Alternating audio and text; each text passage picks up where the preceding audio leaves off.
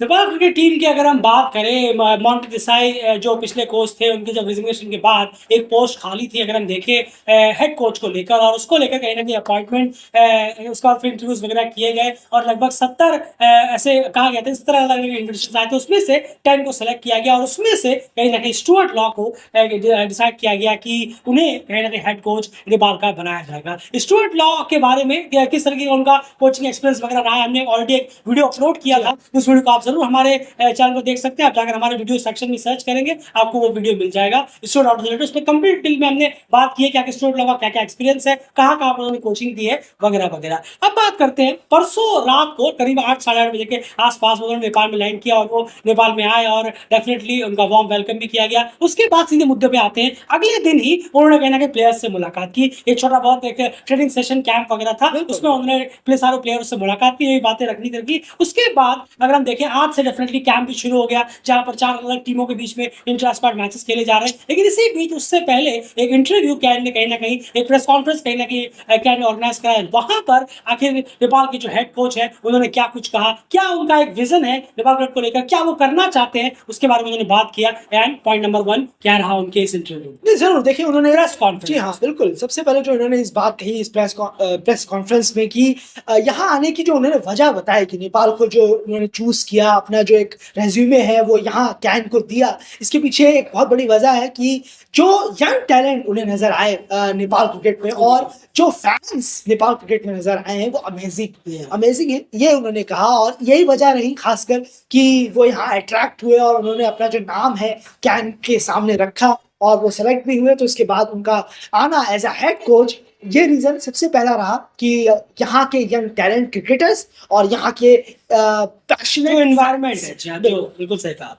Passionate fans जो कि रहे, जो एनवायरमेंट बनता है उसको लेकर कहीं ना कहीं उन्हें चीजें कही है। उसके बाद सेकंड पॉइंट की यहाँ बात करते हैं, जो उनके इस प्रेस कॉन्फ्रेंस में शॉर्ट करते हैं, पीसी कहते हैं। पीसी में जो उनके सेकंड पॉइंट रहा वो रहा, उन्होंने एक सबसे इंपॉर्टेंट चीज कही कि मुझे हारना पसंद नहीं है। उन्होंने स्ट्रिक्टली यही वर्ड यूज किए, ना हमने इसमें कुछ मलाई लगाई है, ना हमने कुछ इसमें एक्स्ट्रा बटर लगाया है, आप जो भी कहना चाहे। उन्होंने स्ट्रिक्टली कहा आई डोंट लाइक लूजिंग, यानी मुझे हारना बिल्कुल पसंद नहीं है। और कहीं ना कहीं मैं अगर हम मैच खेल रहे हैं तो हमें सिर्फ और सिर्फ जीतना ही है, अगर हम जीते नहीं हैं तो हमें डिसअपॉइंटमेंट होनी चाहिए। यहाँ पर वो फैक्टर उन्होंने बिल्कुल नकार दिया कि हम यहाँ हारे हैं तो फिर यहाँ पर ये होगा, लर्न होगा, वगैरह वगैरह, वो सब अलग चीजें होती है। उन्होंने स्ट्रिक्टली कहा कि मुझे हारना बिल्कुल पसंद नहीं है, अगर हम हारे हैं तो मैं उसे सीधे सीधे हार मानूंगा और डिसअपॉइंटमेंट मानूंगा, ना कि बजाय वहां पर पॉजिटिव ढूंढने की कोशिश करूंगा। पॉजिटिव मैं तब ढूंढूंगा जब हम मैच जीत जाए, यानी जीत में सीधा मेरा फोकस होगा। मुझे हारना एकदम पसंद नहीं है, हारने पे मुझे डिसअपॉइंटमेंट ज्यादा होगा बजाय इसके कि नहीं मैं यहाँ से कुछ पॉजिटिव लेके जाऊंगा, वगैरह वगैरह। ये उन्होंने स्ट्रिक्टली अपने इस इंटरव्यू में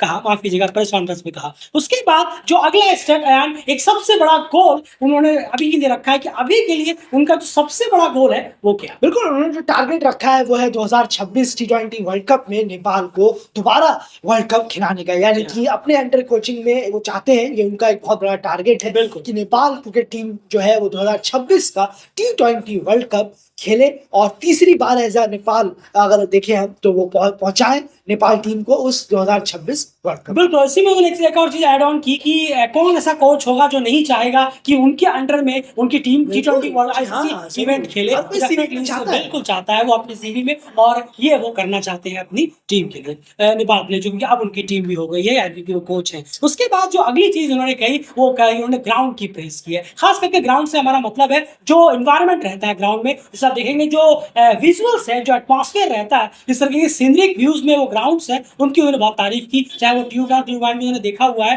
और उसके बाद अगर हम बात करें मुल्पानी का अपर और लोअर, तो उसकी काफी तारीफ की, ग्रासेस वगैरह जो उनके देखे। ओवरऑल उन्होंने ग्राउंड्स की भी यहाँ पर तारीफ की, खास करके जो सीनिक एटमॉस्फेयर है उसको इंग्लिश कंडीशन से उन्होंने इसका कंपेयर भी किया। जी यार आप कुछ कह रहे हैं? नहीं, जरूर इंग्लिश कंडीशन से उन्होंने इसको कंपेयर किया कि यहाँ का जो माहौल है, जो एटमॉस्फेयर है, इन्वायरमेंट है, वो काफी इंग्लिश कंडीशन से मिलता जुलता है, यानी कि और थोड़ा है भी एक्चुअली। अगर आप देखें पहाड़ों की वजह से काफी बन जाता है, क्योंकि सुबह अगर आपकी थोड़ी गर्मी लग रही है, दोपहर को गर्मी है, लेकिन जैसे 1 2 3 बजते हैं फौरन धड़ाम से मौसम गिरता जी है। हाँ। तो उनका कहना कुछ-कुछ सही है काफ़ी हद तक कि इंग्लिश कंडीशन से काफ़ी मौसम जो है वो मैच करता हुआ यहाँ नज़र आता है। ये उन्होंने एक रीज़न अपने पीसी में दिया। बिल्कुल, चलिए उसके बाद एक बहुत इम्पोर्टेंट चीज़ यहाँ पर कही है, ये सोचने वाली बात है। उन्होंने क्लियरली यहाँ पर अपने इस इंटरव्यू में, इस प्रेस कॉन्फ्रेंस में कहा कि वो चेंजिंग में ज़्यादा बिलीव नहीं करते कि अगर मैंने कोई स्क्वाड ली है और उसको मैं बार-बार हर एक सीरीज़ बाद चेंज करूँ, इसमें मेरा फ़ोकस कम रहेगा। उन्होंने इस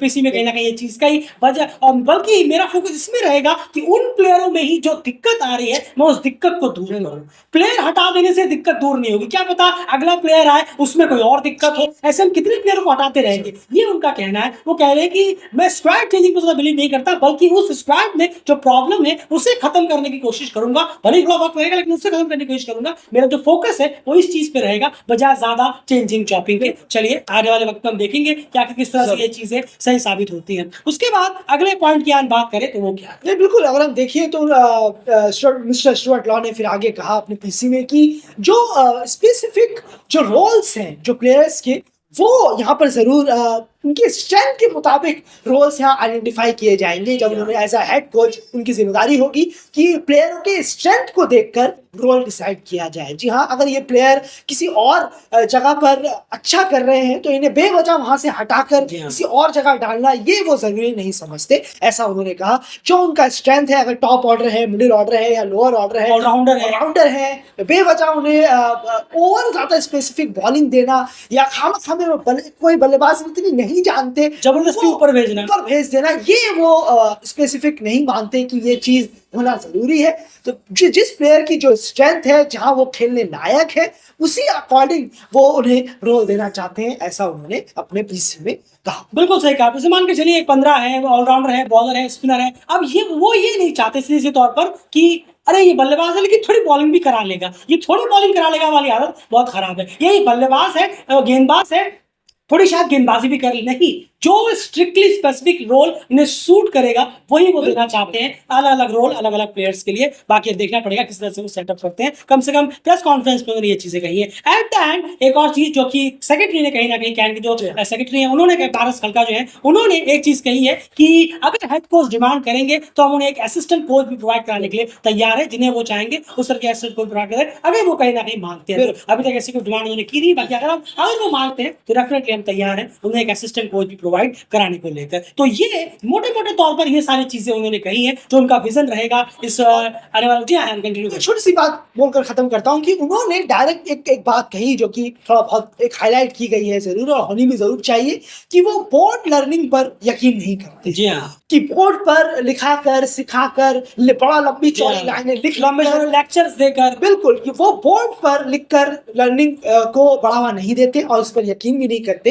अलग कोच है, अलग पर्सपेक्टिव है, सबकी रेस्पेक्ट होनी चाहिए, लेकिन उन्होंने ऐसा कहा क्योंकि वो अब नेपाल को इस सोच के साथ और इस मेंटेलिटी के साथ आगे बढ़ना है जो कि मिस्टर स्टुअर्ट लॉ की सोच है। तो वो उन्होंने साथ ही कहा कि बोर्ड लर्निंग पर मैं बिल्कुल भी यकीन करता है। बिल्कुल, यानी इसका मतलब क्लियर है कि वो प्रैक्टिकल या ऑन फील्ड लर्निंग पर ज्यादा यकीन करते हैं। कम से कम उनके बयानों में तो हमें यही देखने को मिल रहा है जो कि उन्होंने चीजें कही है। तो खैर बस इस वीडियो में इतना ही था जो उन्होंने मोटे मोटे तौर पर कहा जी अपने पहले प्रेस कॉन्फ्रेंस में, वो हमने आपके सामने रखा। बाकी अब बारी है उनका काम देखने की। हमने सारी बातें सुन ली, चलिए ये तो बातों के लिए ठीक है, अब एक्शन का वक्त है। ये जो इंट्रा स्क्वाड होता है इसके बाद वो क्या स्क्वाड रेडी करते हैं, स्कॉटलैंड क्या स्क्वाड जाती है, बस वहीं पर बहुत सारी चीजें पता चलेंगी। वर्ल्ड कप के लिए वो क्या सोच रहे हैं, कैसी प्रिपरेशन वो कैन से मांगेंगे, ये सब चीजें देखने वाली बात होगी। वो सब प्रैक्टिकल, वो कह रहे हैं कि मैं बोर्ड बिलीव नहीं करता, प्रैक्टिकल और ऑन फील्ड करता हूं, तो ऑन फील्ड पे हमसे नजर रहेगी। और अगर अच्छी चीजें हुई तो बिल्कुल अप्रिशिएट जरूर करेगा। और फिर अगर कोई चीज हमें देखने को मिलता है कि कहीं पे थोड़े 19-20 है तो उस पर बात आगे जरूर करेंगे। लेकिन फिलहाल एक नई शुरुआत हो रही है तो हमें आप सबको सपोर्ट करना चाहिए और हम भी यहाँ पर लगातार बने रहेंगे और पहली नजर रखेंगे आगे वो किस तरह से इस टीम को आगे